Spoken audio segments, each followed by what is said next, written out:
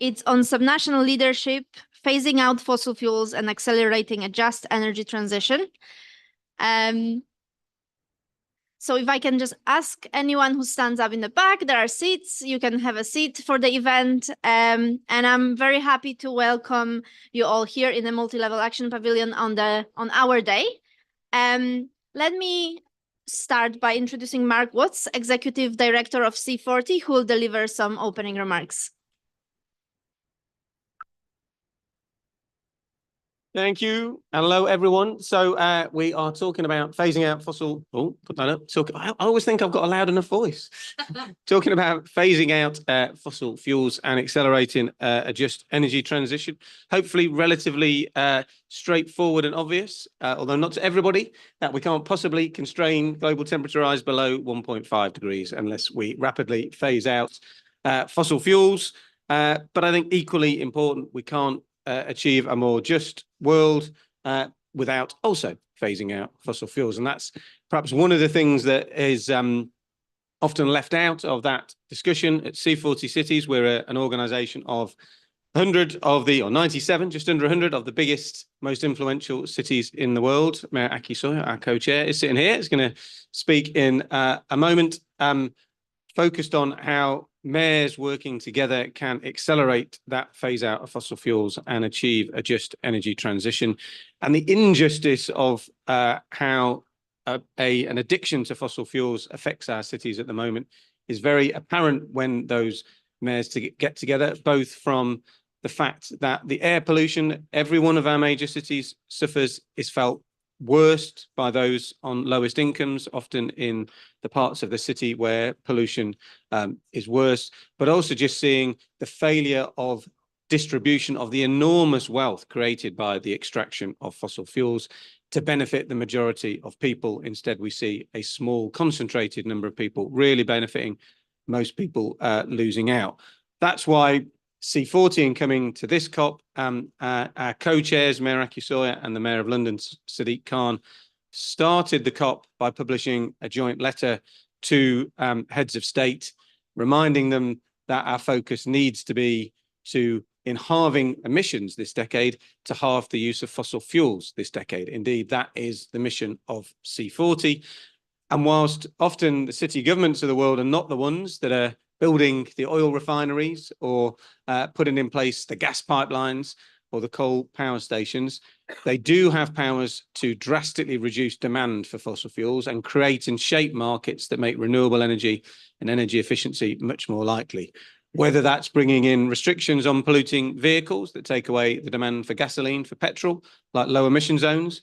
London has the biggest in the world, but loads of cities from Bogota through to Singapore have similar things, or whether it's regulations for buildings that require that new buildings use air source heat pumps rather than gas power. And we know gas is not a transition fuel. In an urban context, often it's just as polluting as coal, or whether it is investment in green infrastructure in a city that reduces the demand for cooling. And I'm sure we're going to hear from Mayor Aki Sawyer, which is now famously Freetown is Tree Town for the way that it is building back its nature.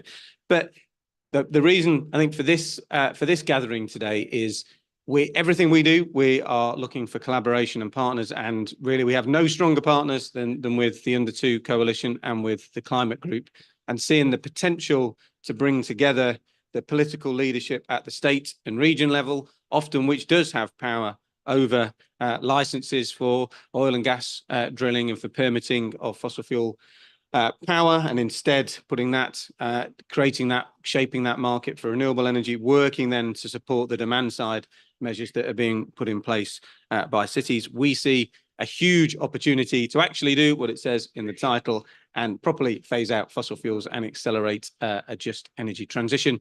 And we want to bring that positive collaboration, that positive leadership to the national governments so that they can see that, in fact, we need to get to the first COP ever where there's an agreement to stop investing in fossil fuels. So that's the aim. I am very much looking forward to the rest of the discussion, and who am I handing back to? I'm handing back to Ula. Okay, thank you very much. Thanks very much. And thank you, Mark. So we will now move on to the panel discussion. We have a lot to discuss. So I will hand you in a capable hands of Sean Bradley from Beyond Oil and Gas Secretariat, who will be moderating this panel.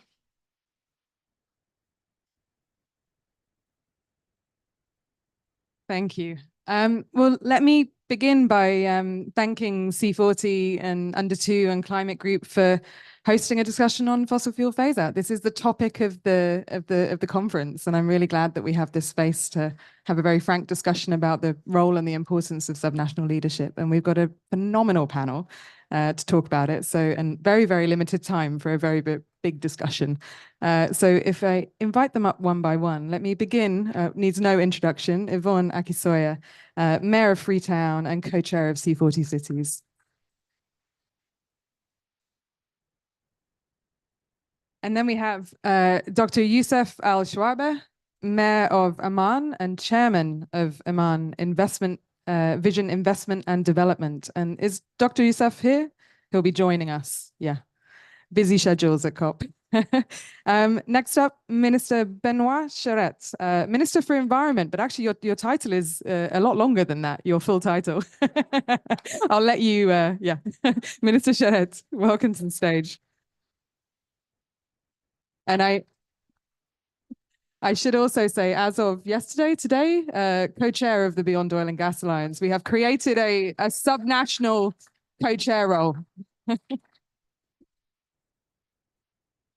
And then next, Saida Rodriguez, State Secretary of Urban Development and Environment from the Government of Yucatan.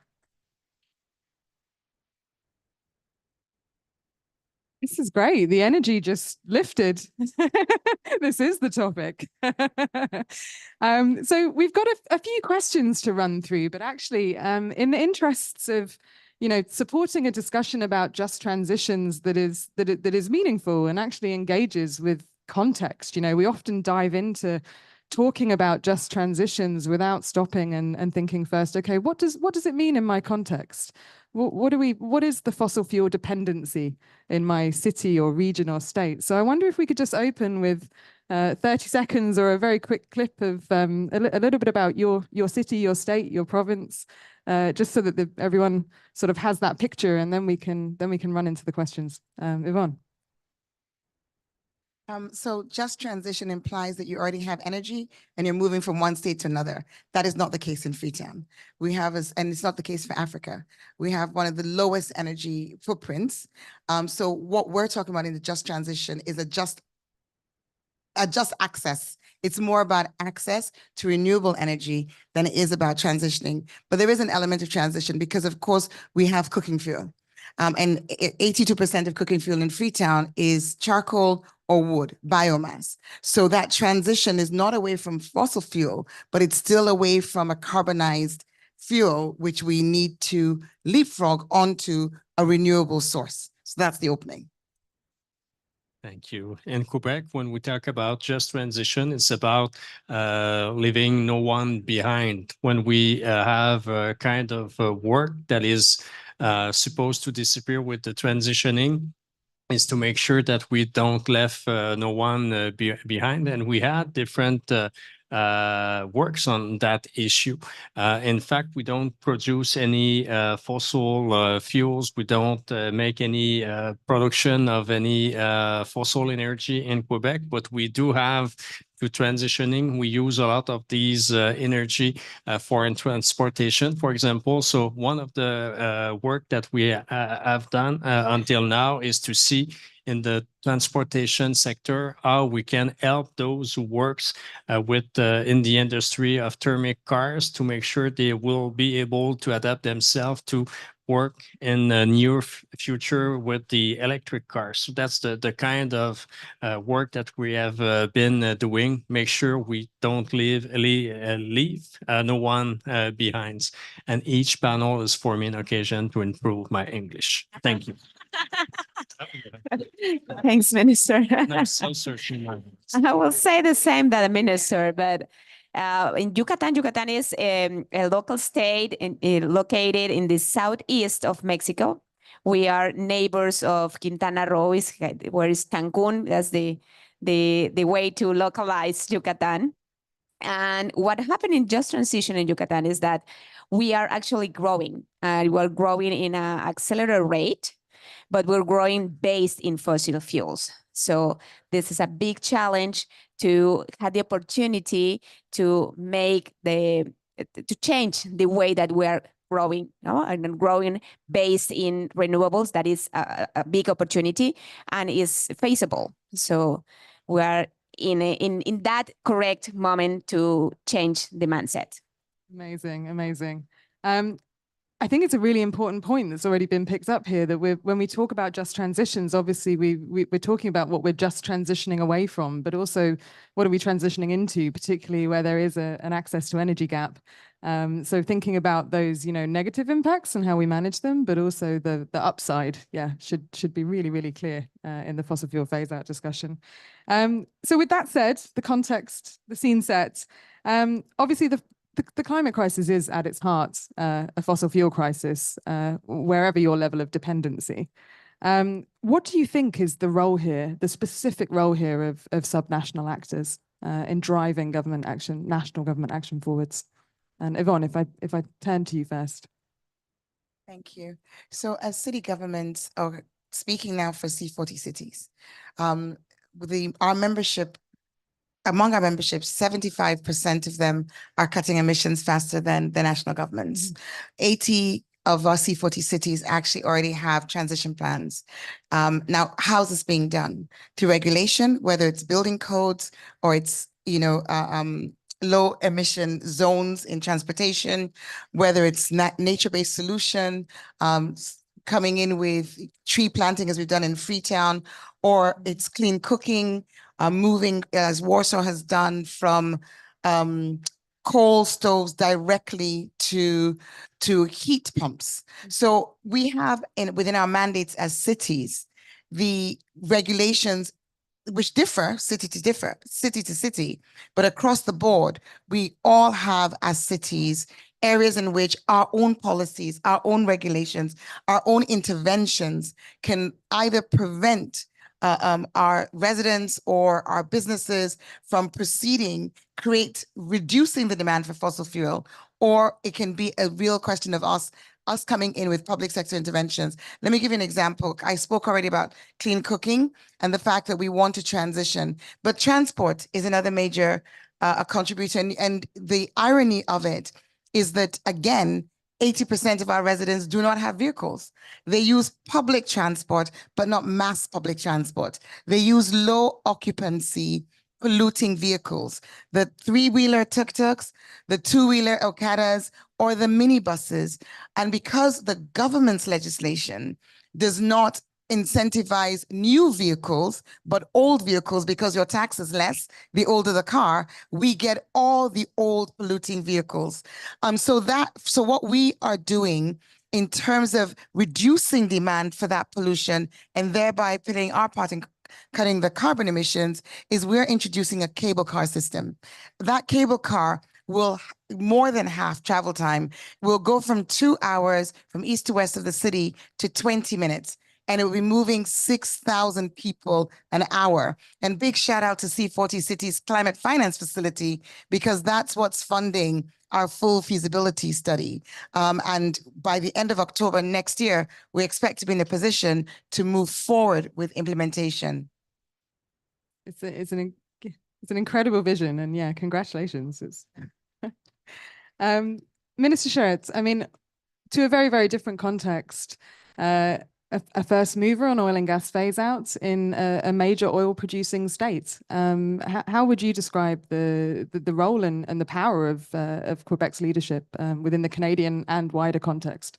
Fundamental. That's the word, I guess, because in Canada, every province has constitutional powers. So we don't need the approval of the federal government to go through different regulation, different legislations.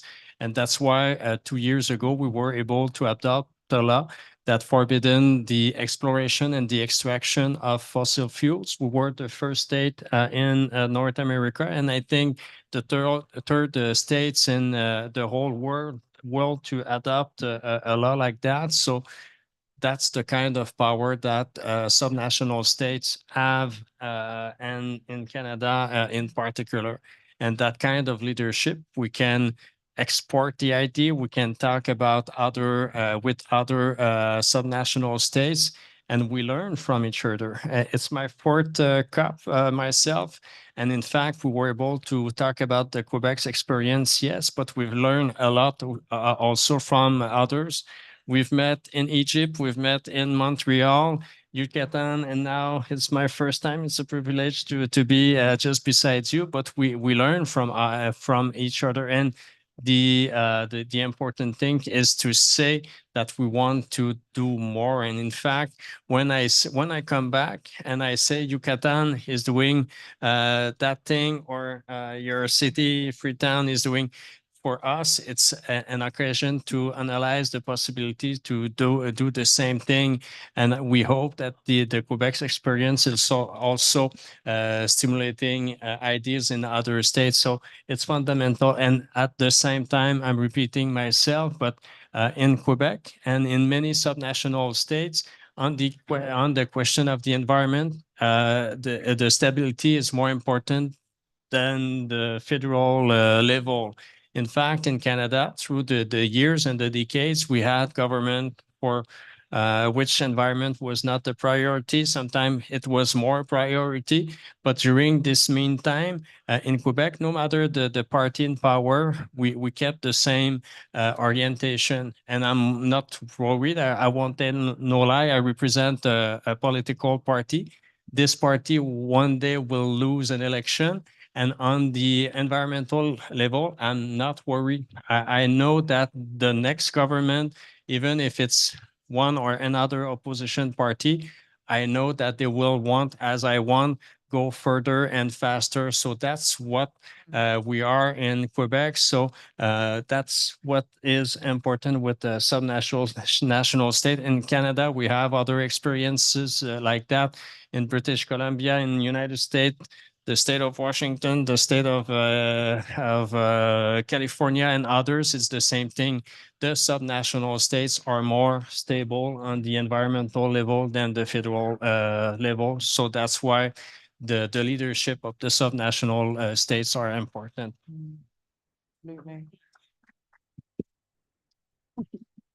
And Saida. My turn. Okay. Well, I thought a lot what to say in this specific question, because I think that it is a big deal in Mexico right now. What happened in Mexico right now is the federal vision is based in fossil fuel. So we need to swim against the, yeah. So and it's hard, but we need to. We need to.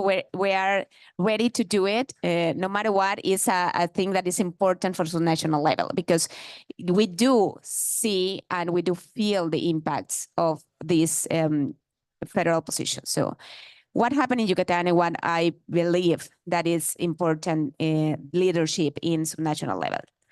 In Yucatan, what happened is that we have the potential of being sufficient by renewables. So we believe that we need to fix a vision to have a decarbonized route of the sector of energy based in renewables, but also based in what the mayor said is about involve the citizens, because it's not only about the way we generate energy, but also the way we use it. So, and the way we understand energy and that use in the cities.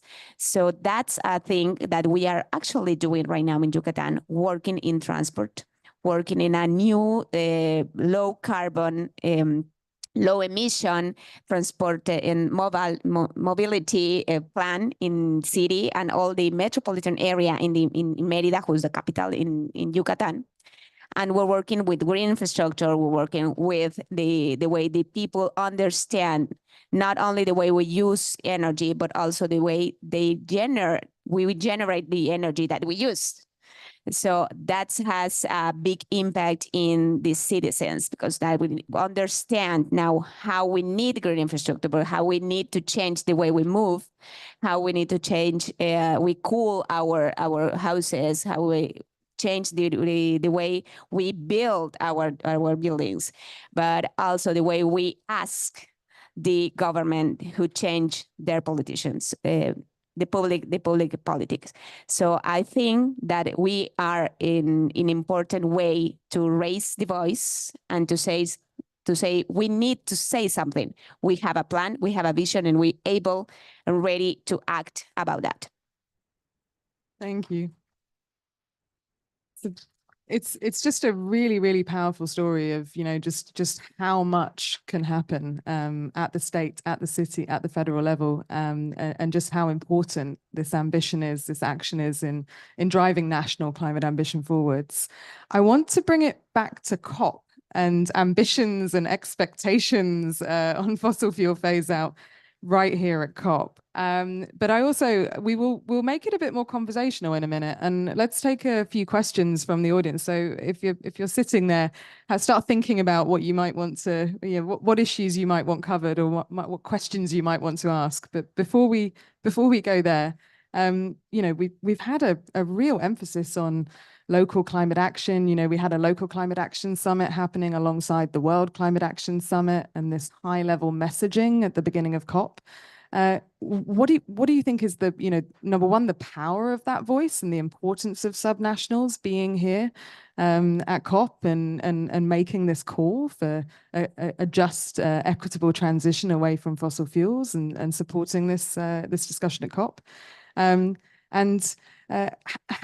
do you think, you know, this sort of feeds directly through into the kind of, you know, the negotiations, the momentum, the calls that we'll be seeing next week? Is this powerful, you know, body of experience and work really coming through? And if not, what can we be doing to make sure it does? Well, thank you.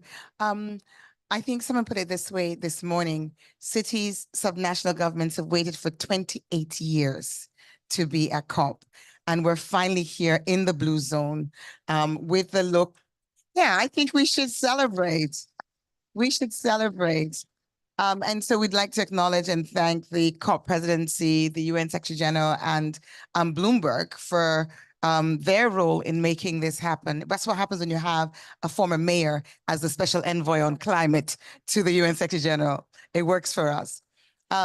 So we're here, and I think one of the most, you know, momentous, significant things that's happened is the signing of the CHAMP, or the creation of CHAMP, which, for those of you who haven't heard yet, it's the Coalition of High Ambition Multi-Level Partnerships. Just had to find another acronym.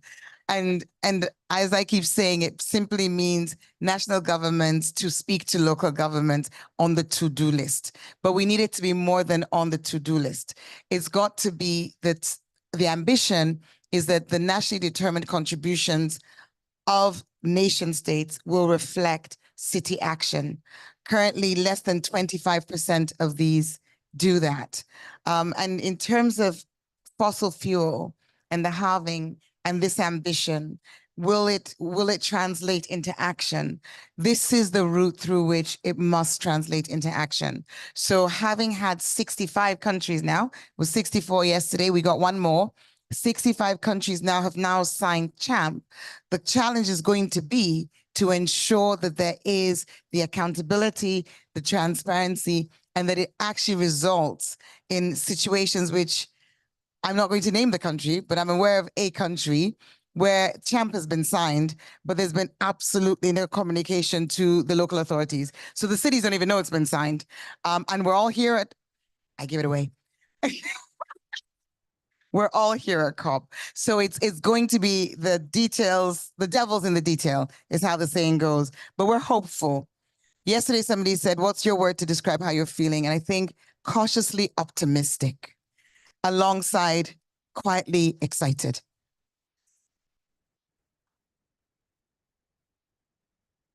there's a debate in Quebec, probably each year before the COP, are these meetings still useful?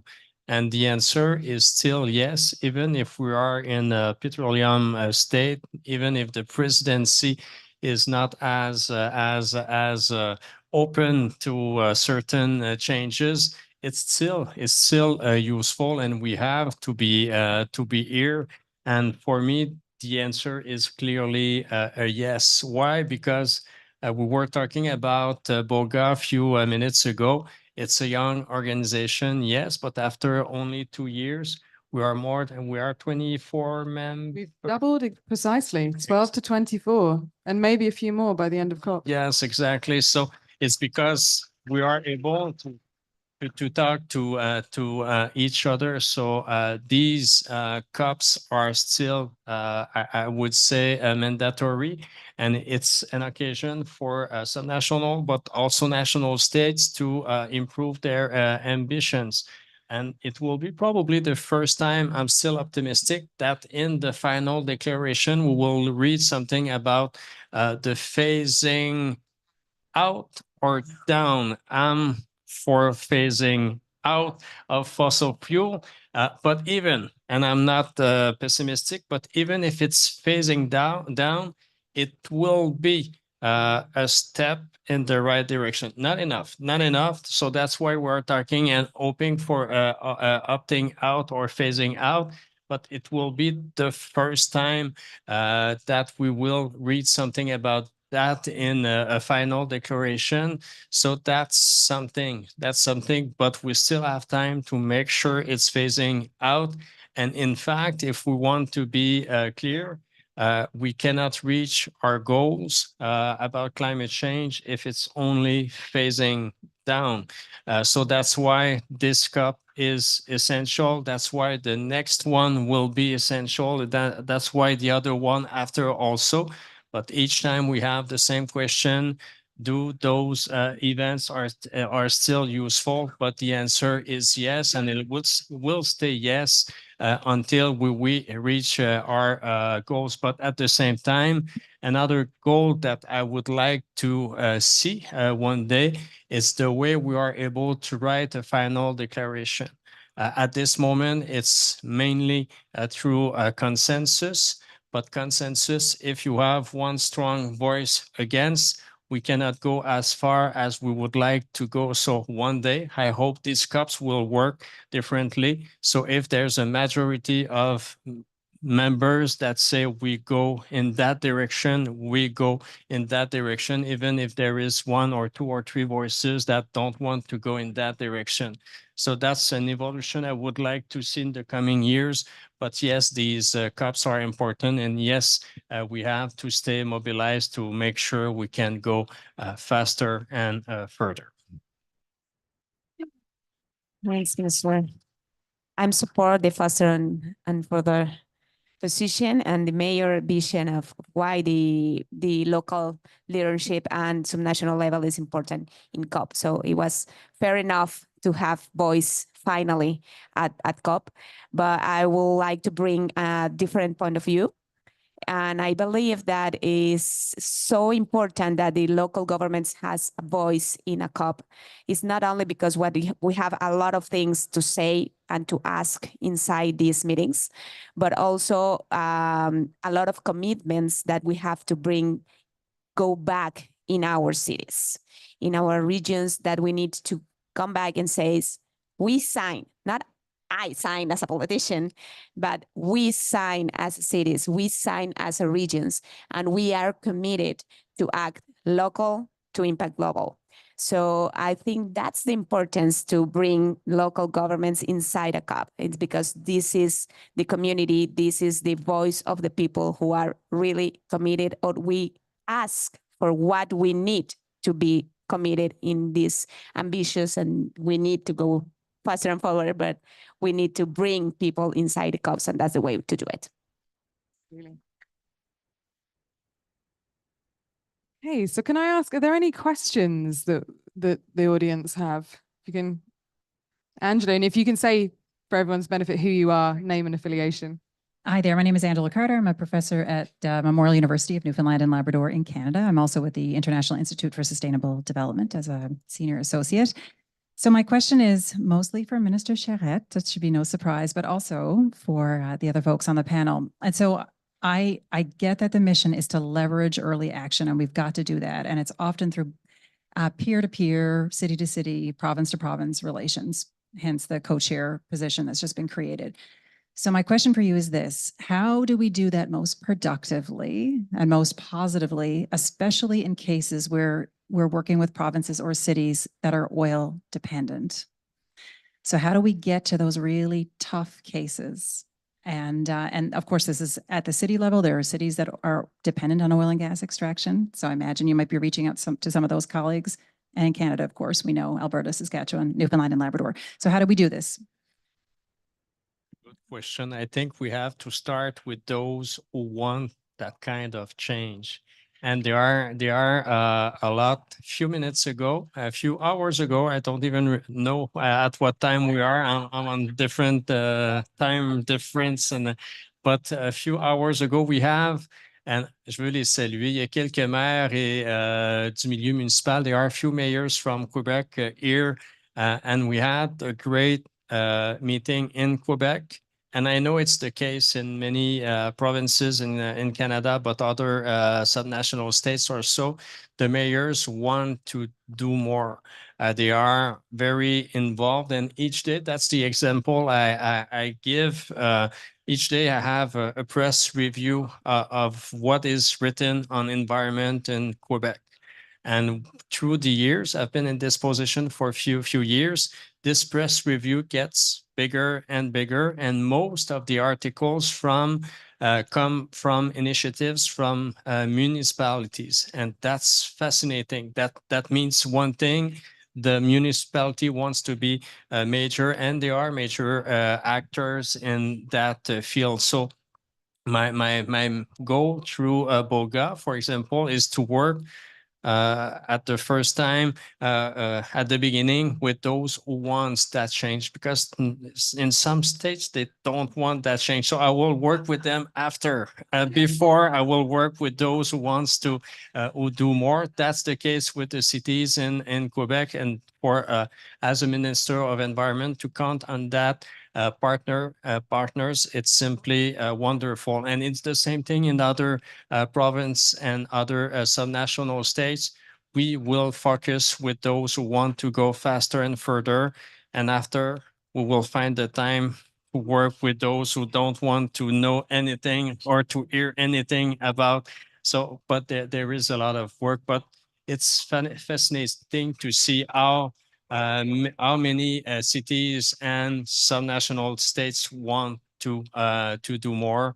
And it will be our primary focus to make sure they go as far as they want to go and as far as they can go.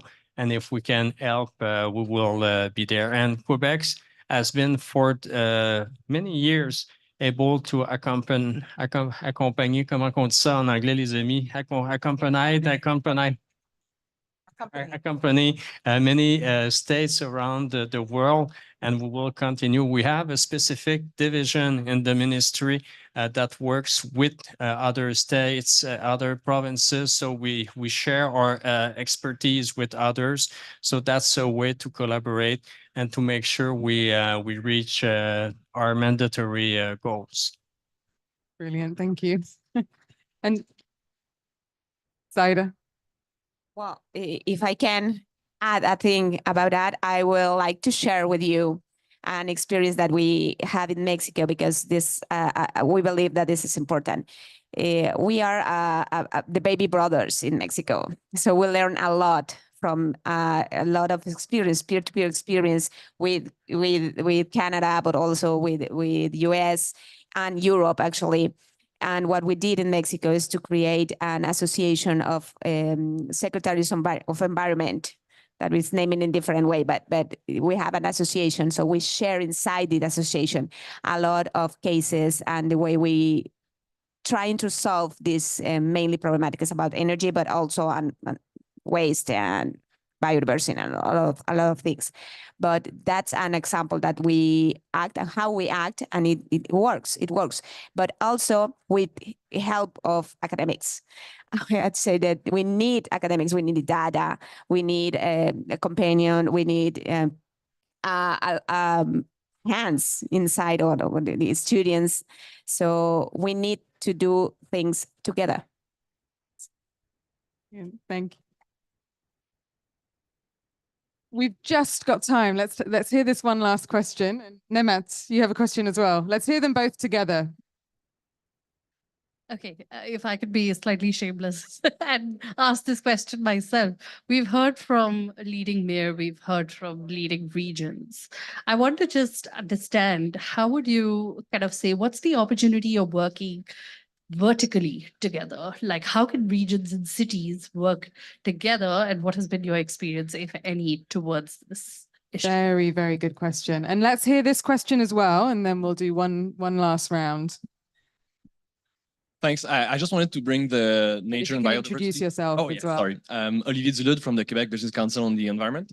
I just wanted to bring biodiversity in this discussion, because phasing out of fossil fuel, the other side of the coin is tripling renewables. This is nothing short of new industrial revolution that's going to have some sort of impact on nature. And I wanted to know how cities, subnational governments, federal governments can provide an enabling regulatory environment that's going to make it possible that we scale up those renewables while having the least possible impact on nature. Absolutely. Go ahead. Go Okay. ahead. I was going to say, on Matt's question about regions. So this is the thing about how different we all are. I'm a small country. We have districts. We don't have regions. And so it's a flat structure. It's the national government and then all the local councils. So there's nobody in between. So we don't have that. I mean, what we are doing is, with the district next door to the city, we have an MOU. And we collaborate on environment. So Freetown, the Tree Town, is actually planting trees also in that district, because our water catchment, our main reservoir, is in that district. So there's that sort of collaboration. And they're also interested in the cable car and so forth. With the second question about biodiversity, it's a very, very important one. And one of the things that's so fascinating, and which, hopefully through this CHAMP process, we will be unpacking a bit more the different relationships and the different mandates. But there are so many cities where our mandates are so narrow, where the central government really retains all the power. So when it comes to policies around the environment, we actually don't have the space to do it. We are now trying to introduce a bylaw, which is what we can do. It has to go to the Ministry of Local Government and to the Parliament. We've been trying for 3 years. And so this is a challenge that we really need to bring to the table, that we actually, if we want to see the city move, the nation states, the cities need to be given the legislative space and the mandates, as well as the finance, to be able to do that. Thank you. I was talking about the role of the municipalities earlier. I think he has left. We had here just a few minutes ago, the president of the main union of municipalities of Quebec. So for us, it's a key partner. We in Quebec, well, Canada has different regions that we can call provinces. In Quebec, we have administrative regions, but in fact, we talk about municipalities. They are our direct partners. And for us to see them involved more and more day after day, it's easier for the provincial, the Quebec government, and for me as Minister of Environment. So it's not really region, but municipalities, but they are really true partners for me and for the government. And I will say a little confidence. This guy speaks French. And when he raised his hand, I said to myself, I will have a break. I will be able to speak in French. But no, he asked his question in English. So I will answer it in English. So no break. I will have to. But in fact, biodiversity, it's a key role. It's my fourth COP, and I was quite worried the first years when I was appointed as a Minister of Environment, because we talked a lot about climate change, about reducing our emissions, which is fundamental, but we were not talking about enough about the biodiversity, but both are clearly linked. And in fact, since 1 or 2 years, we see how they are linked, and we talk more and more about nature-based solution. So it's a whole. In fact, we cannot talk about climate change. We cannot talk about reducing our emission without talking about the protection of the biodiversity. The diversity. You should ask your question in French. It would be easier for me. But in fact, it's more and more integrated. And for me, it's we go in the right direction. We had in Montreal the privilege to hold COP 15 with great, I think, engagements for the international community. Quebec has recognized itself through this declaration. So we are going in the right direction, but with huge challenges also, because we lose year after year biodiversity, and we lose year after year kind of natural protection and a way to adapt ourselves from climate change. But we are going in the right direction. But as we have to go farther and faster for the reduction of our emissions, we have to go faster and further also for the protection of our biodiversity. Saida, you have Okay. the last, the I got final the last answer, and we answer the tricky question about how to link the vertical engagement. And I will have to say that again, in Mexico, the regional and the local governments has a key role, because we can talk and engage the mayors or the local governments, but also had a deal, create goals, common goals with the federal government. So it's not always easy, but I think it's worth it, and that's the role that we have in the local governments in Mexico. So it's an important thing.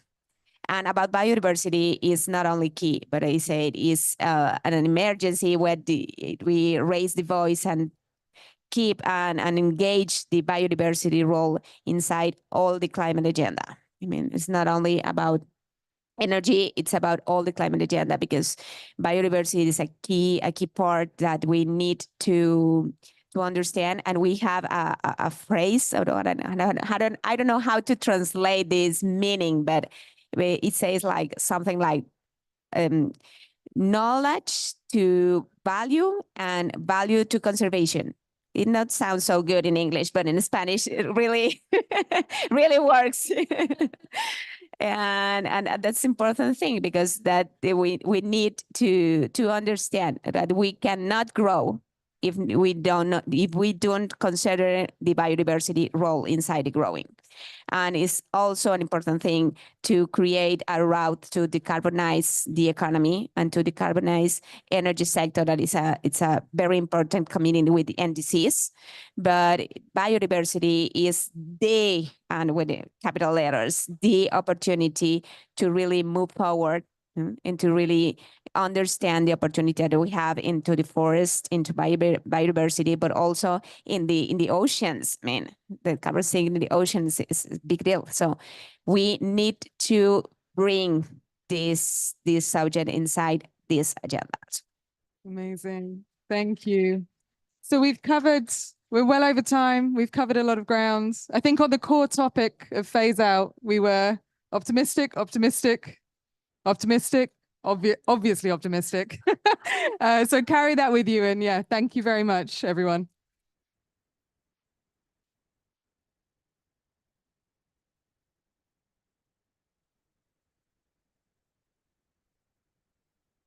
Can we just take a photo?